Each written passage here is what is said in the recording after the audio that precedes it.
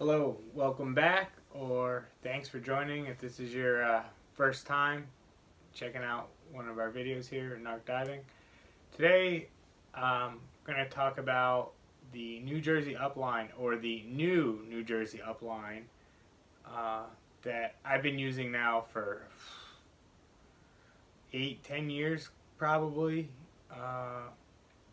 Yeah, about that. And I actually don't even have the old one anymore. I had it for a while and I think I just gave it away. But they were the big ones that you held with two hands, and just so if you're not aware or familiar with it, I had to pull up an image. I don't know if you're going to be able to see it. There you go.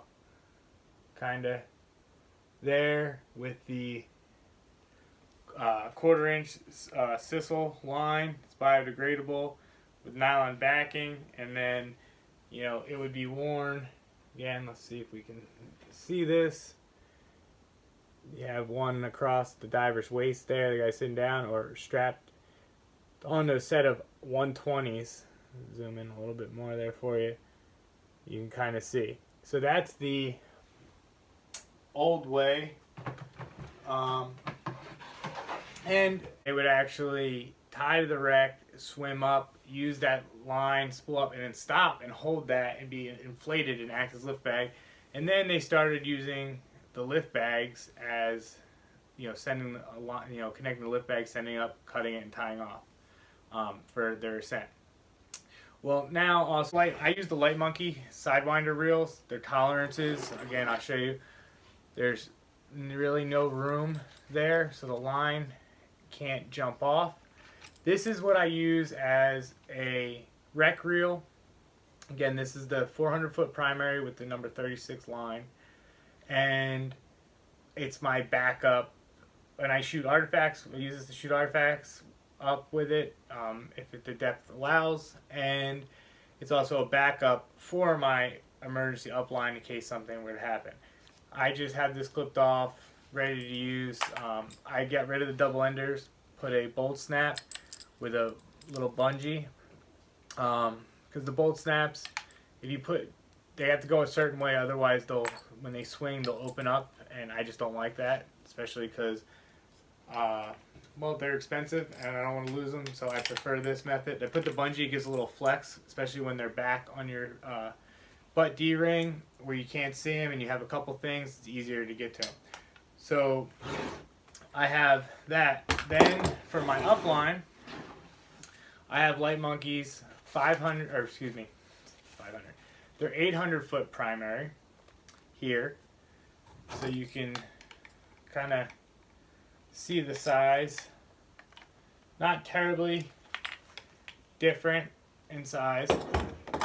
This has 550 paracord on it. Now the cord is like meticulously run. It takes a while to do it. I just did this next larger one that you'll see here. And I have it preloaded, already connected, you'll see, with a 6-foot safety sausage with approximately 75 pounds of lift. So if this goes up, that means something's wrong. That's kind of how our system is. If you see a safety sausage, it's a person, go check on them. If it's just a lift bag, it's more than likely an artifact. Especially with all the rebreather diving now, there's no bubbles, so you can't tell if somebody's under it or not.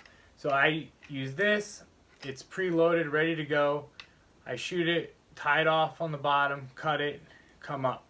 If for some reason that 75 pounds isn't enough, I have another lift bag in my pocket that I can just clip to the line and send it up and go.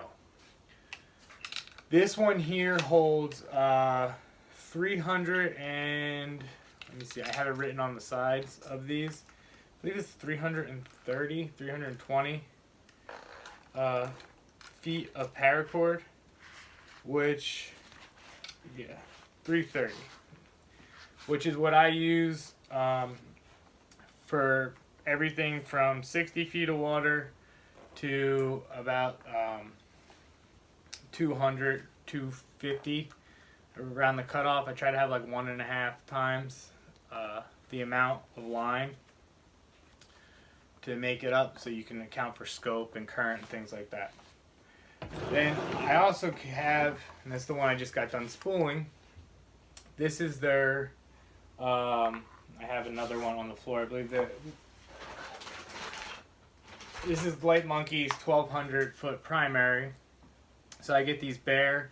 Again, I put the clip, it's preloaded, and just for size comparisons now, you can see they're getting a little bigger, more in the width. Again, and then you can see it against the reel now. So this one is a little bit bigger. This holds 470 foot. Some of the guys I dive with just carry one of these. It's pretty big. So I only bring this out when we start doing stuff over, you know, in the 225, 250 plus. Good to 100 meters ish, 330. To be honest, deeper than that, we're going to be drifting before we send something up, or hopefully don't get lost. But, you know, it's not just for that. It's, you know, emergencies, things happen where you might have to just ascend where you're at. But it gets kind of difficult, you know, at those depths. So this is kind of the max, the 470 foot, which gives me, like I said, the 100 meter stuff. We're not doing too much deeper than 360. Haven't been up here, so this has been good covering us. Again, you could see how meticulously it's ran to get that in there. Like I said, I don't shoot this and rewind it. This is getting shot, tied off, and cut.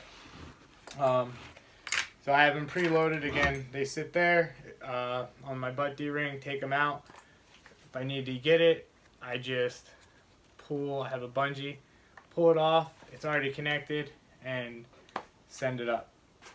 So these have been really good, definitely more efficient use of space, and the 550 is actually rated much higher than what Sissel is rated for strength-wise. And you have the abrasion resistance. I'm not going to get into all the information about 550 cord. You can research that on your own. However, make sure it's the Type 3 mil spec paracord. And you can research it, and you can get online in spools. I get them 500, 1,000 foot spools. This red one just was off a 1,000 foot spool. So I use just shy of 500, so I have another go if I need to use that. I don't measure it every time. The very first time I did it, I measured the line. I filled it up and then took it off and measured it. Yeah, I know, it's crazy. That's why everybody always asks me, how much is on it? Because nobody wants to go do it. But that's my OCD-ness and having to know exactly what's going on. Anyway, I hope you enjoy. If you have any questions or comments, you can leave them down below or message me, and I'll be happy to answer. Thanks again. See what we have next.